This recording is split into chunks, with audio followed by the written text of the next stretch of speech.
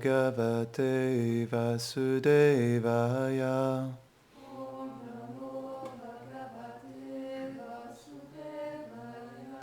Om Namo Bhagavate Vasudevaya.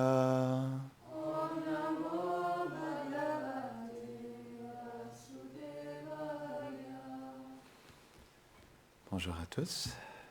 Bienvenue à la classe quotidienne sur le Srimad Bhagavatam. Merci.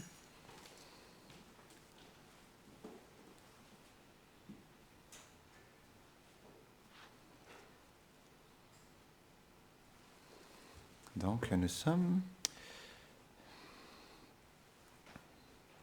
le verset 8, c'est ça?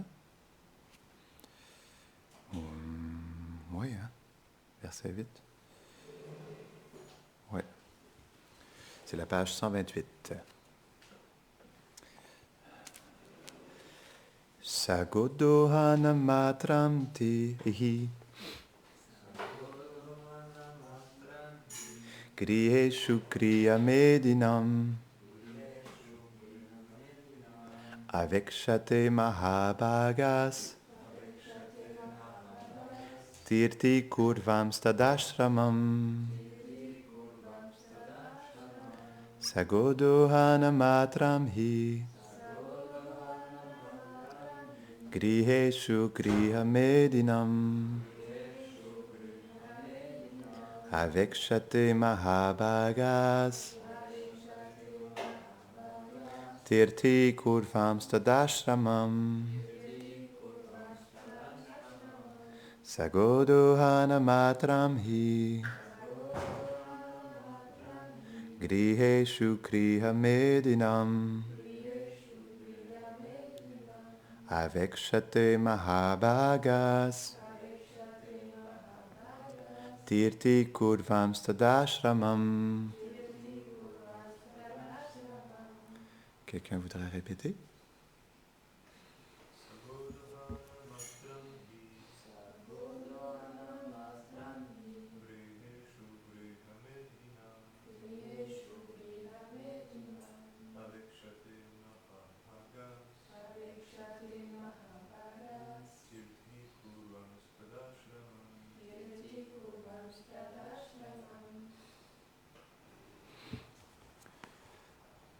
Traduction. Le plus exalté sage Shukadev ne s'arrêtait à la porte d'un foyer pas plus longtemps que le temps requis pour traire une vache, à seule fin de le sanctifier par sa présence. Commentaire. Srila Vishwanath Chakravarti Thakur explique que sous le prétexte de mendier l'aumône, Shukadev attendait généralement dans une maison le temps qu'il faut pour traire une vache. Il sanctifiait par sa présence la demeure des chefs de famille. De cette façon, il donnait à tous les êtres le but spirituel de la vie. Mais nous voyons que lorsque Shukadev rencontra Parikshit, ce fut pour un long moment, 7 jours en tout, 7 jours et 7 nuits. Parce que Parikshit Maharaj, donc il avait reçu cette malédiction d'un jeune brahmana qu'il allait être, au bout de 7 jours, mordu par un serpent, le serpent Taksha, non? Takshaka, non? Takshaka. Et donc, comme il savait qu'il allait quitter son corps bientôt, il en a profité pour rencontrer une âme réalisée, Shukadev Goswami. Et donc, pendant 7 jours, Shukadev Goswami lui a partagé les gloires du Srimad Bhagavatam. Mais nous voyons que lorsque Shukadev rencontra Parikshit, ce fut pour un long moment. Il ne pouvait pas en être autrement, car il devait accomplir son service qui était de délivrer le message du Srimad Bhagavatam. Donc, ça a quand même pris 7 jours parce que c'est 18 000 versets. Donc, le temps que Shukadev Goswami partage tous les versets. Donc, ça a pris 7 jours en tout pour qu'il puisse partager tout le Srimad Bhagavatam.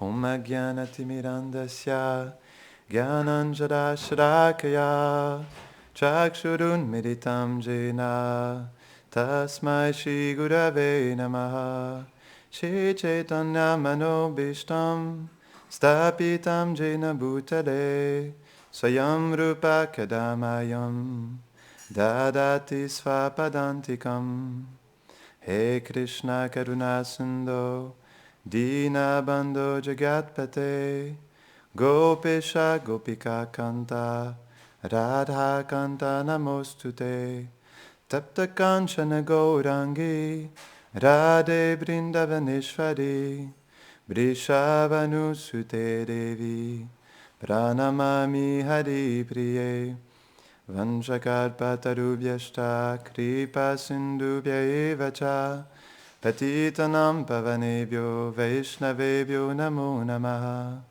Jaya Shri Krishna Chaitanya Prabhu Nityananda Shri Advaita Gadadhara Shivasadi Gaura Bhakta Vrinda Hare Krishna Krishna Krishna Hare Hare Hare Rama Rama Rama Hare Hare Namahom Vishnu Padaya Krishna Prashtaya Bhutale Shrimate Bhaktivedanta Swaminiti Namine Namaste Sarasvati Deve Gauravani Pracharine Nirvishesha Shunyavadi Paschatya Deshatanine.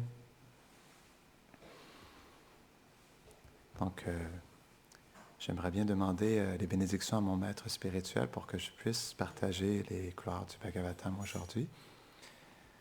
Donc, c'est intéressant. C'est expliqué que Shukadev Goswami ne restait que dans un foyer que le moment de traire une vache. Parce que les grands sages comme Shukadev Goswami, comme ce sont des âmes réalisées qui ont justement une relation très spéciale avec le Seigneur, ils souhaitent partager la miséricorde au plus d'êtres possible. Si on regarde Narada Muni, en fait, il parcourt toutes les planètes en fait, de cet univers. Il parcourt d'autres univers même. Il va à Vaikunta, il va dans toutes sortes d'endroits pour partager les gloires du Seigneur. Parce que justement, comme les dévots, ils ont tellement un amour profond pour Krishna. Dû à cet amour, ils veulent, comme par exemple quelqu'un est amoureux, quelqu'un qui est amoureux veut crier son amour. Est-ce qu'on dit ça ici au-dessus des toits, non? Au-dessus de tous les toits. Donc, comme en fait les dévots du Seigneur, ils sont en amour avec Krishna. Donc, ils souhaitent en fait glorifier Krishna sur la planète entière. C'est la raison pour laquelle ils viennent dans ce monde, parce qu'ils veulent partager les gloires du Seigneur. Comme Krishna est tellement un être fascinant, rempli d'amour, ils veulent en fait partager les qualités de Krishna, ses divertissements, sa personnalité, sa relation avec ses associés, pour permettre aux êtres en fait d'entendre sur les gloires de Krishna. C'est la raison pour laquelle le Srimad Bhagavatam a été décrit dans le Kali Yuga. Comme le Kali Yuga, c'est un ère où les consciences sont très basses, malheureusement. Donc les personnes ont oublié le Seigneur suprême. Et à cause de ça, justement, ils sont dans l'oubli de leur relation éternelle avec le Seigneur. Et le Bhagavatam, c'est comme un soleil lumineux qui illumine l'univers entier pour permettre aux êtres d'entendre parler des gloires de Krishna. Je me rappelle, lorsque j'étais à Vrindavan, il y avait un swami, donc un saint, qui partageait quelque chose d'intéressant par rapport à l'écoute. Il disait qu'on entre au monde spirituel en premier par l'écoute. Et c'est drôle parce que lorsqu'on regarde les différentes pratiques de la dévotion, ça commence par Shravanam. Chaitanya Mahaprabhu, il expliquait que le Srimad Bhagavatam, c'est la base de notre chant, parce qu'il nous permet de découvrir Krishna, de comprendre ses qualités. Et lorsqu'on commence à découvrir la personne merveilleuse qu'est Krishna, on devient attiré par lui, parce que Krishna veut dire infiniment fascinant. Et comme on devient attiré, naturellement, la méditation devient plus simple. Donc, comme par exemple, on chante le Mahamantra, mais si on ne connaît pas la personne derrière le mantra, comment être attiré envers le mantra? Et c'est là où, justement, lorsqu'on apprend à découvrir Krishna, Krishna, il est tellement merveilleux parce qu'il est une personne qui est illimitée. Et le plus on approche Krishna, le plus on devient fasciné. Parce que comme il a des qualités illimitées, il ne cesse de nous fasciner par les différentes facettes de sa personne. Et donc, le Srimad Bhagavatam, il nous aide vraiment à comprendre cette personne derrière toute la création. C'est quelque chose qui est difficile à comprendre parce que dans le monde dans lequel on vit, on est habitué de voir des formes. Donc, on vit dans un monde aussi qui est gouverné par la science. On regarde dans la société occidentale. La foi est beaucoup basée sur la science. Donc, si je peux voir, alors je pourrais accepter. Non, je pourrais avoir la foi. Mais le point, c'est qu'avec Krishna, c'est quelque chose qui est un peu plus complexe parce que Krishna, il est aparusheya. Ça veut dire qu'il est au-delà de la perception des sens. Et pas n'importe quel sens. Si on veut vraiment voir Krishna, on peut seulement le voir avec des sens spirituels. Parce que c'est expliqué par les grands sages, qu'on appelle les acharyas, c'est expliqué que comme Krishna il a une forme transcendantale, ce n'est pas possible de le voir avec des yeux matériels. Et dans la Brahma Samhita, Brahma il récite un verset très spécial. Il explique que pour pouvoir voir Krishna, on doit saturer nos yeux de ointment, du baume de l'amour de Dieu. Parce que justement, avec cet amour, on peut finalement commencer à percevoir Krishna. Avant ça, ce n'est pas possible, parce que comme Krishna, en fait, c'est un être d'amour, et comme il se révèle à ceux qui sont prêts à l'approcher avec dévotion, parce que Krishna, il explique ça dans la Bhagavad Gita, ce beau verset, Bhaktyamam Abhijanati, Yavan Yaschas Mitadvataha, que Krishna, il peut seulement être découvert par la dévotion. Parce que Krishna, en fait, comme il est un être d'amour, il est seulement attiré par l'amour de ses dévots. Lorsque, justement, dans le divertissement entre Durvasa Muni et le Seigneur Narayan, le Seigneur Narayan, il lui révèle que, en fait, son cœur, ce sont les dévots, et le cœur des dévots, c'est le Seigneur suprême. Parce que Krishna, en fait, comme il est cher aux dévots, il ne peut pas, justement, il est l'objet d'amour des dévots. Et les dévots sont les objets d'amour de Krishna. Et donc, à cause de ça, justement, donc on expliquait tout à l'heure que, comme Krishna est un être d'amour, naturellement, il cherche l'amour, en fait, chez les êtres. Parce que l'amour, c'est l'aspect le plus essentiel de l'existence. Parce que comme Krishna, en fait, il est fait d'amour, c'est la raison pourquoi Krishna, il cherche à réciproquer avec les êtres. On appelle ça le rasa. Avant ça, c'est, on pourrait dire plus l'autosuffisance. Krishna, il est Atmarama. Atmaram, ça veut dire qu'il est autosuffisant lui-même, car il contient tout. Toutes les qualités émanent de lui, toutes les relations émanent de lui. Donc, en lui-même, Krishna, il est autosatisfait, autosuffisant. Mais pour pouvoir justement étendre cet amour, pour pouvoir échanger cet amour avec le plus d'êtres possible, Krishna étant ce qu'on appelle le rasa.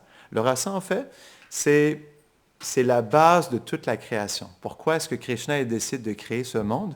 Pourquoi il permet aux êtres de le découvrir? C'est pour la relation. Tout vient de la relation. C'est la base, l'essence de la vie. Comme Krishna, en fait, il étend cette création, mais pas pour... il l'étend pour une raison bien particulière. C'est pour permettre aux êtres de pouvoir relationner avec lui. Avant, les êtres relationnent à travers l'existence matérielle. Comme par exemple, dans le 10e chapitre de la Bhagavad Gita, Krishna il décrit en fait ses opulences dans ce monde. On appelle ça les vibhutis. Qu'il est le parfum dans la fleur, non? Des étendues d'eau, il est l'océan. C'est pour ça que c'est spécial, l'océan. Ben, il y a aussi le fait que tous les fleuves sacrés se retrouvent dans l'océan, mais aussi l'océan, c'est une vibhuti de Krishna, donc c'est une émanation de Krishna aussi, non?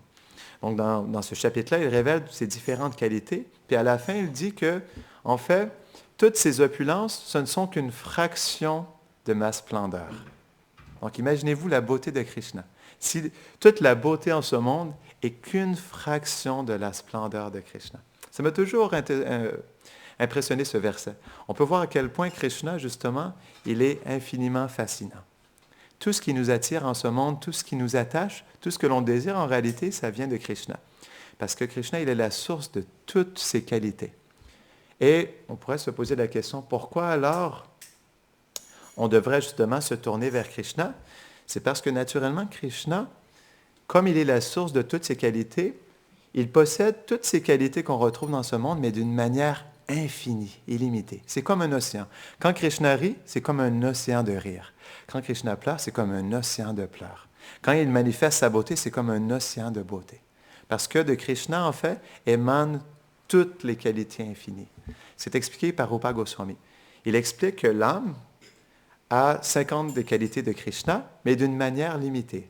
Comme par exemple, une certaine âme peut avoir la qualité de compassion, une autre pourrait exprimer la qualité de noblesse, une autre de force, non? Donc chaque individu a certaines qualités, mais est-ce qu'on peut dire qu'on a les qualités, toutes les qualités, et d'une manière illimitée? C'est ce qui fait la différence entre l'âme et le Seigneur suprême. Krishna, il est une personne, il est la personne originelle, mais en fait, Il est la personne qu'on appelle Bhagavan, qui contient en fait les qualités, mais d'une manière illimitée. C'est pour ça aussi qu'on a l'adoration de la déité. Donc les déités, ce ne sont pas des formes ordinaires parce que il y a plusieurs textes qu'on appelle les shastras, non, des écritures védiques, des écritures vaishnaves, qui décrivent la forme du Seigneur. Il y a même des milliers et des milliers d'écritures qui décrivent à quoi ressemble le Seigneur suprême. Je me rappelle, Srila Prabhupada, il expliquait, c'était la particularité, en fait, du Vaishnavisme. C'est que le Vaishnavisme nous permet, en fait, de comprendre l'aspect plus personnel du Seigneur. Donc, comme Gurudev expliquait l'autre jour, donc le Seigneur apparaît dans différentes fois pour permettre à tous les êtres qui ont justement un désir d'approcher la vérité absolue et aussi un état de conscience par rapport à la vérité. Et Krishna, il manifeste toutes sortes de foi, toutes sortes de croyances. C'est pour ça que dans la vie, on voit toutes sortes de spiritualités, de religions, parce que Krishna il est réciproque avec le désir de tous les êtres.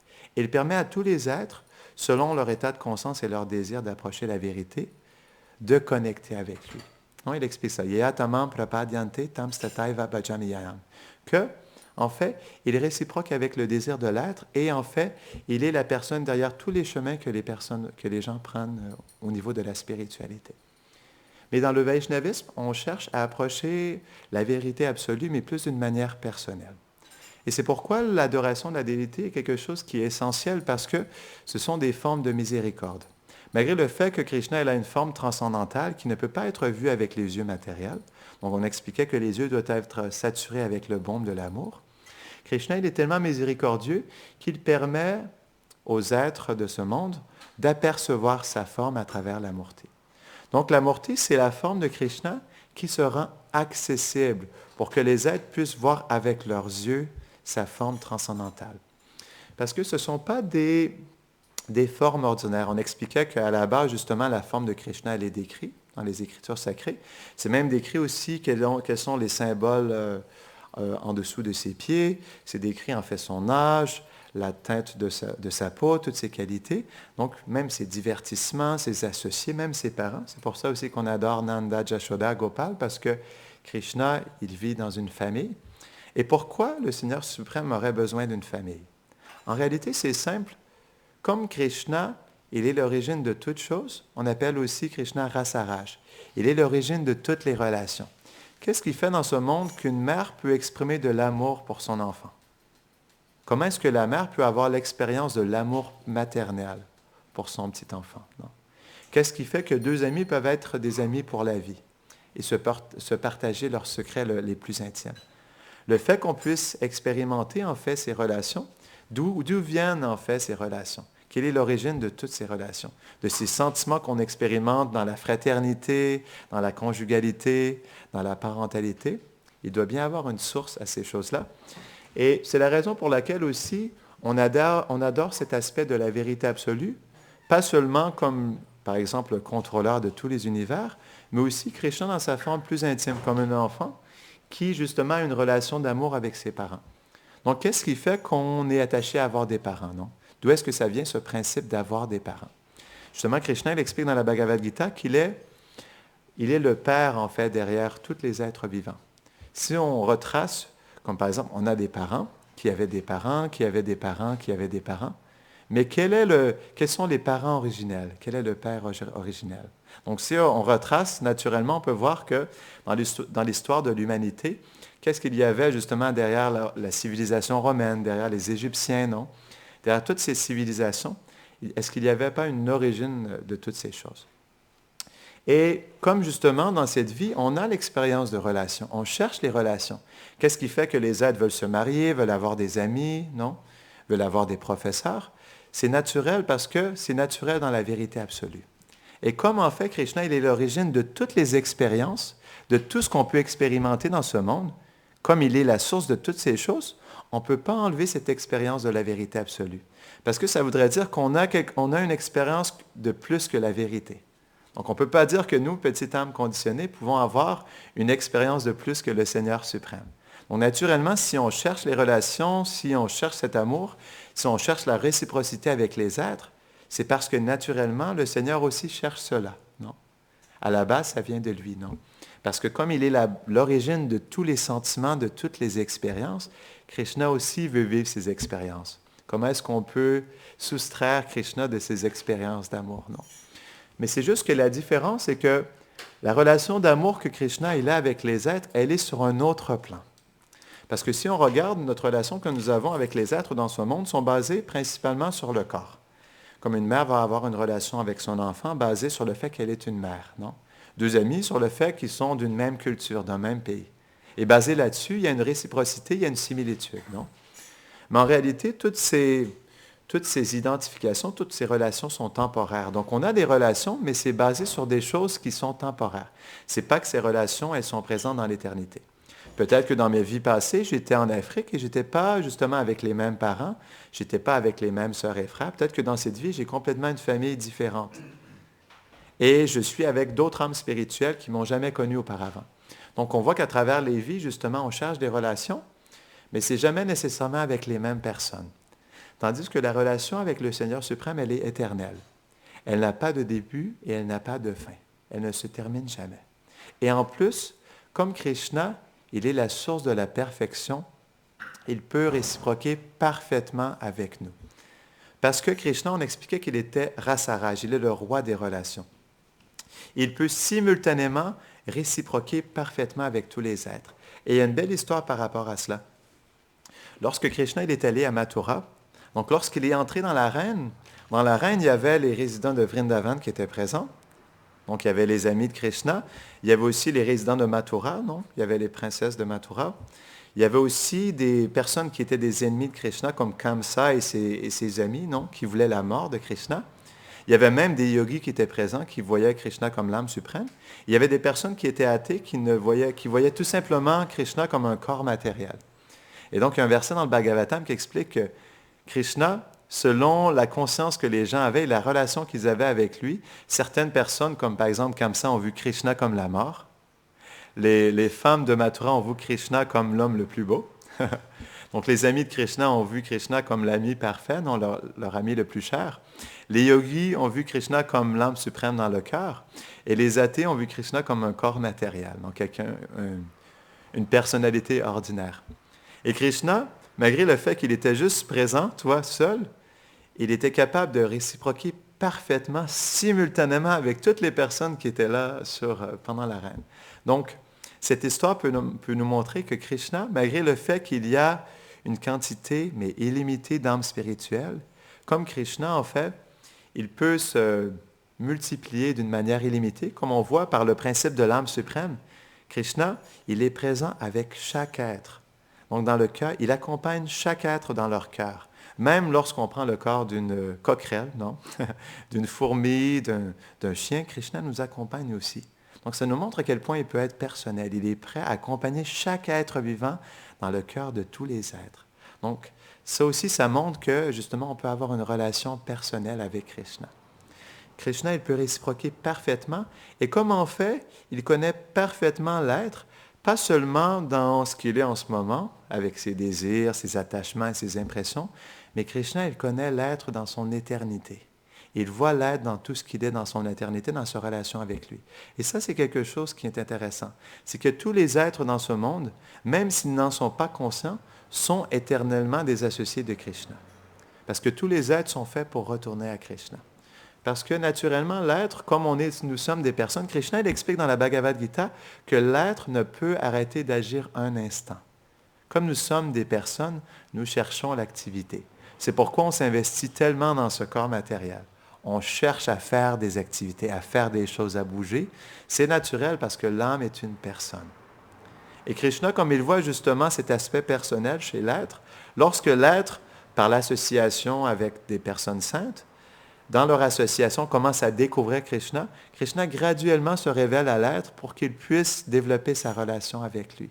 Et comme Krishna, en fait, il voit la réalité de l'être, il a naturellement un amour profond pour chaque être. Parce qu'il ne voit pas justement, il ne voit pas un Canadien, un Africain, il ne voit pas un chien, un chat. Il voit l'être qui est dans son potentiel futur de devenir un associé éternel pour pouvoir réciproquer avec lui dans l'éternité. Et c'est ça qui est merveilleux avec Krishna. Krishna nous aime tellement plus qu'on l'aime lui, parce qu'il nous voit dans notre éternité, dans notre relation avec lui. Et c'est ça qui est spécial. On peut s'assurer que Krishna nous aime tous d'un amour tellement pur et profond. Et là-dessus, justement, on peut prendre refuge. Peut-être qu'en ce moment, je n'ai pas encore éveillé en mon cœur un amour sincère et profond pour Krishna, mais au moins Krishna m'aime et il cherche à me retrouver. Parce que Krishna, c'est la raison pour laquelle il vient en tant que l'âme suprême. Pourquoi il accompagnerait tous les êtres? Il faut comprendre que Krishna, il est tellement humble et tolérant. Il accompagne vie après vie chaque être vivant, malgré toutes les bêtises qu'ils peuvent faire, non? Parce que parfois ils sont un être humain, parfois ils sont dans un corps animal. Et Krishna, malgré tout, malgré toutes les, on pourrait dire, les difficultés que les âmes vivent dans ce monde, Krishna ne les laisse jamais un instant. Et ça, c'est la preuve de son amour. Il est prêt, vie après vie, depuis tellement d'existences, de nous accompagner jusqu'au jour où, par l'association des dévots du Seigneur, ils nous permettent d'éveiller justement notre souvenir de Krishna pour qu'on puisse éveiller notre relation d'amour avec lui. Et ça, c'est la miséricorde de Krishna. Et comme on expliquait, la déité, elle est spéciale parce que Krishna, il se manifeste personnellement dans la déité. Donc au départ, ce sont des éléments matériels. Donc on a utilisé du bois de tilleul, par exemple, pour les déités de Nanda, Jashoda, Krishna, Balaram. Donc à la base, c'est un élément matériel. Mais comme justement on invite Krishna à venir dans la déité, Krishna, il accepte par amour l'invitation de son dévot pour pouvoir, par sa miséricorde, montrer sa présence à tous les êtres pour qu'on puisse le voir. Et ce qui est spécial, c'est que la forme de la déité, elle est considérée comme non différente du Seigneur. C'est directement le Seigneur suprême en personne. Il se dispose d'une manière à ce qu'on puisse le servir personnellement.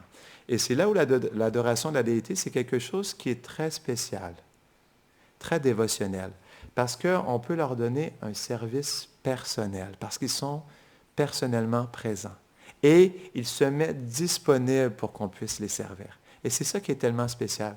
On peut les servir à travers nos yeux, non? On peut regarder leur forme, on peut regarder leurs attributs, leurs qualités, leurs vêtements, et on peut tenter de méditer justement sur le fait qu'ils sont présents personnellement. Et même si, justement, lorsqu'on approche les déités, on n'a pas la pure vision de la déité, graduellement, le plus on les approche, le plus on cherche à les découvrir, le plus Krishna va réciproquer avec nous. S'il voit notre désir sincère de l'approcher, de le comprendre et de développer une relation d'amour avec lui, Krishna va réciproquer. Mais la manière dont Krishna réciproque avec nous est tellement plus grande parce que la capacité qu'on peut donner à Krishna est toute petite, comme nous sommes des petites étincelles spirituelles, mais comme Krishna, il est infini, il peut tellement plus nous donner. Donc on fait un pas vers Krishna, on cherche à aimer Krishna, mais à quel point Krishna peut nous aimer en retour, non? Et c'est là où justement, on peut apprécier le fait que les déités, elles sont là pour nous donner leur amour. Bhaktisiddhanta Sarasvati Thakur, il expliquait qu'il ne portait pas ses lunettes lorsqu'il approchait les déités parce qu'il voulait que les déités le perçoivent. Il expliquait que les déités, à travers leur regard, ont un regard qui est empli de miséricorde et qui permet à l'aide de purifier son cœur et de pouvoir finalement voir le Seigneur avec ses yeux spirituels. Donc, la déité, c'est quelque chose qui, justement, c'est une relation qui s'établit avec le temps. Donc, au départ, on regarde, mais on n'arrive pas trop à comprendre quel est l'aspect transcendantal derrière ces formes. Mais comme on les approche graduellement, le cœur se purifie à travers la pratique spirituelle et de plus en plus, en fait, les déités se manifestent à nous. Et c'est là où il y a différentes manières de voir la déité. Donc, pour les personnes qui ne comprennent pas l'aspect personnel du Seigneur, ils peuvent venir ici et ne voir que des formes matérielles, non? Peut-être juste comme des statues. Et lorsqu'on commence à avancer dans la dévotion et à développer la foi, donc on commence à accepter que même si je ne vois pas l'aspect transcendantal, je peux apprécier que ce sont justement le Seigneur suprême qui sont présents. Et plus on avance, comme par exemple les purs dévots du Seigneur, lorsqu'ils voient les déités, ils peuvent voir les déités dans leur forme transcendantale. Ils peuvent voir les déités bouger, ils peuvent voir les déités leur parler. Parce que justement, comme ils ont une relation d'amour avec le Seigneur, leur qualification leur permet d'avoir une relation personnelle avec les déités. Mais en fait, cette accessibilité, cette possibilité de relation, elle est possible avec tous les êtres. Tous les êtres qui se disposent justement à approcher les déités avec sincérité, avec amour et avec dévotion, comme on expliquait tout à l'heure, Yatamam Prapadyante, Krishna va réciproquer avec le désir de l'être. Et le plus on est personnel avec Krishna, le plus il sera personnel avec nous. Parce que c'est comme ça que Krishna il fonctionne avec les êtres. Il réciproque avec notre désir. Et ça, c'est par son humilité. Krishna, il est tellement humble qu'il ne se force pas sur les êtres. Il attend justement, il attend de voir le désir de l'être. Et ça, c'est l'amour. Ça, c'est le pur amour. L'amour, c'est de laisser la pleine liberté.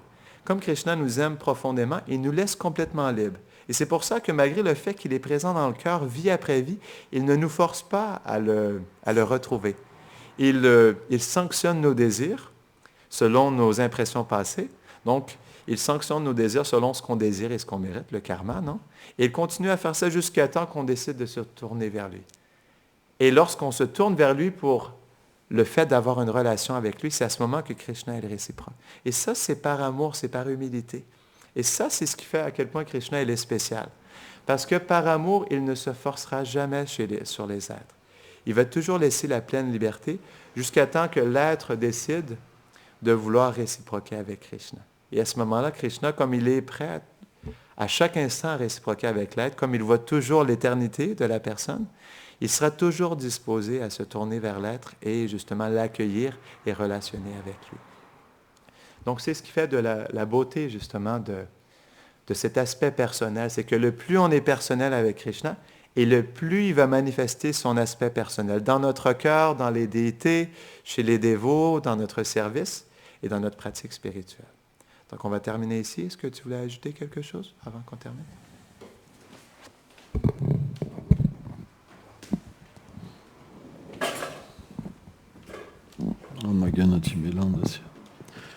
Gyanam jalam shalakaya Shakshurumilitam janataisame shigulavenama. Merci Maharaj pour cette belle classe. Et donc je voudrais faire un point, c'est que Krishna, comme tu le disais, Bhaktimana Bhajanati, il se révèle que à ses dévots. Hein, et c'est quelque chose qui est logique. Nous-mêmes, on se révèle aux gens qui nous aiment. Hein. Donc on peut comprendre par notre propre expérience, comme nous sommes une parcelle intégrante du Seigneur suprême, dans le sens que nous sommes une énergie du Seigneur suprême, la Jiva Shakti. Nous pouvons comprendre par nous-mêmes, puisque tu disais que 50% des qualités du Seigneur suprême sont présentes dans le Jiva, dans l'âme, que nous nous révélons par l'amour. Et donc on voit que beaucoup d'êtres vivants ne désirent pas aimer en fait le Seigneur suprême. Ils désirent plutôt se libérer de la souffrance ou obtenir une position matérielle plus grande. Et le Seigneur fait ses arrangements. Et c'est pourquoi, par exemple, quelqu'un qui ne désire pas une relation avec le Seigneur, quand il voit la déité, il voit un morceau de bois, il se dit mais qu'est-ce qu'ils font? Ils sont fous, quoi. Pourquoi ils adorent ça?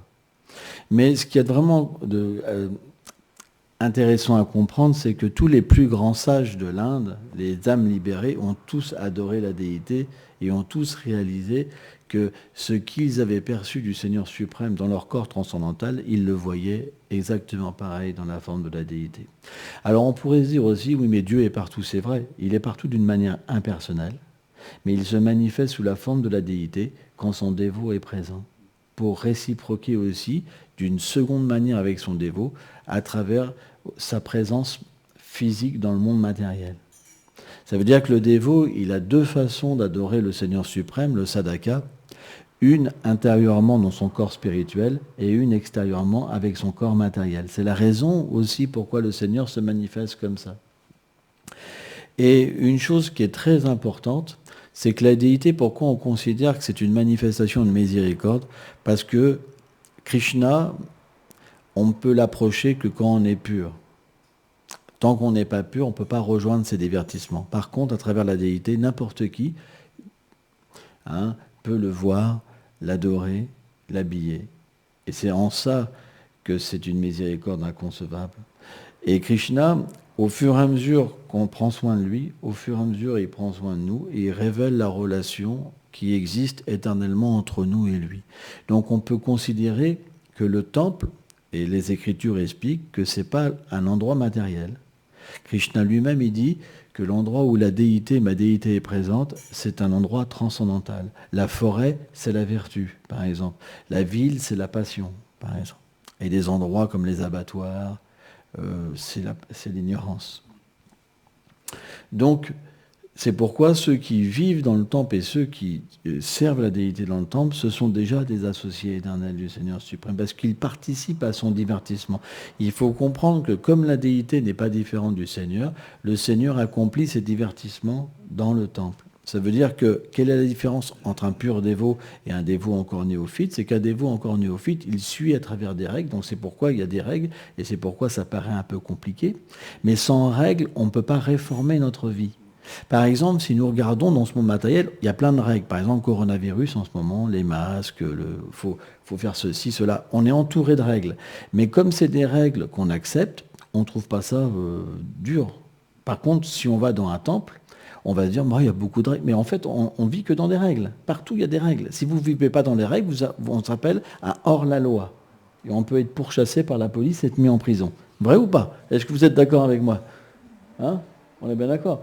Donc, on se retrouve toujours confronté à ce même problème. C'est quand les gens viennent dans les temples, ils se disent « il y a tellement de règles ». Mais en fait, ils vivent que dans les règles. C'est juste des règles transcendantales qui permettent, comme on a expliqué Rupa Goswami, qui permettent comme à un enfant d'être éveillé à sa réalité éternelle. Donc, on a des règles dans l'ignorance. Les êtres vivent dans l'ignorance. Par exemple, dans l'ignorance, ça va être l'abattage des animaux, les règles pour l'abattage des animaux. Dans la passion, comment séduire une femme ou un homme. Voilà, il y a des règles partout. Dans la vertu, comment méditer, comment atteindre la paix, comment se libérer de la souffrance, comment être dans l'équanimité. Mais dans la transcendance, c'est lié à la forme du Seigneur suprême. Et donc, automatiquement, quand on vient dans un temple, quand on vit dans un temple, le but des règles, c'est de nous éveiller à la spontanéité. Et quand on devient spontané, qu'est-ce qu'on ressent? On voit la déité qui vit. On voit la déité qui manifeste sa douceur, sa beauté et ses divertissements. Et graduellement, on est introduit en fait dans le monde du Seigneur suprême et on peut réaliser notre forme. Donc c'est un processus inconcevable et merveilleux. Mais si on est influencé trop par l'ignorance, qu'on s'intoxique, etc., on ne peut pas tout voir. On va se sentir bien, mais on ne va pas ressentir l'amour de Dieu et notre forme éternelle, vous comprenez? Donc c'est pour ça qu'on doit quitter les intoxications, la vie sexuelle illicite, etc., etc. Parce que toute cette base-là, elle va nous permettre de pouvoir s'éveiller à cette réalité d'une relation personnelle au Seigneur suprême. Ce n'est pas des règles qui sont données parce qu'il faut suivre des règles. C'est des choses qui sont données par les habitants, les associés du Seigneur qui viennent avec le Seigneur et qui établissent, comme Sanatana Goswami, des règles, comme Gopal Bhatt Goswami, des règles pour pouvoir s'éveiller. Et c'est quelque chose qui est très important. Merci beaucoup.